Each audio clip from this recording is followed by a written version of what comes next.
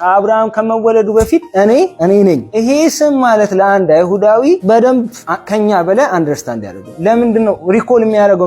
ለምንድነው እንደዛ የሚያስብ? እኔ ነኝ አብርሃም በፊት እኮ እኔ ነኝ ሲል ድንጋይ ለምንድነው ያነሳው? አየህ፣ ያነሳህበት አንድ የመጽሐፍ ቅዱስ ክፍል ስለሚያስታውሳቸው ነው። ምን የሚል ክፍል? ዘጸአት ምዕራፍ 3 ቁጥር 14 እግዚአብሔር መጣ አንተ ማን ነው የምትባለው ሲባል እኔ ነኝ። ምን ማለት ነው? ትናንትና የነበርኩት ሳልጨምር ሳልቀንስ እኔ ነኝ። ዛሬም ሳልጨምር ሳልቀንስ እኔ ነኝ። ነገም ደግሞ ብትጠይቀኝ እምጨምረው ጉልበት እማይለው ዕውቀት የለኝም። እኔው ትናንት እንደነበርኩት እኔው ነኝ። እኔ ነኝ። ለውጥ አያቀኝም ማለት ለውጥ እኔ ዘንድ የለም ማለት በምንም አይነት ሁኔታ እማድግበት ነገር አዲስ ማቀው ዕውቀት አዲስ የምችለው ሌላ የምጨምረው ኃይል የለኝም። እኔ ያው ነኝ። ሙሴ አንተ ከመምጣት በፊት እኔ ነኝ። እስራኤል ከመጣም በኋላ እኔ ነኝ። አዲስ እንትን ማረገው ነኝ። ለአብርሃምም ሳወራው እኔ ነኝ። በቃ እኔ ነኝ ማለት የሚችለው ማን ብቻ ነው?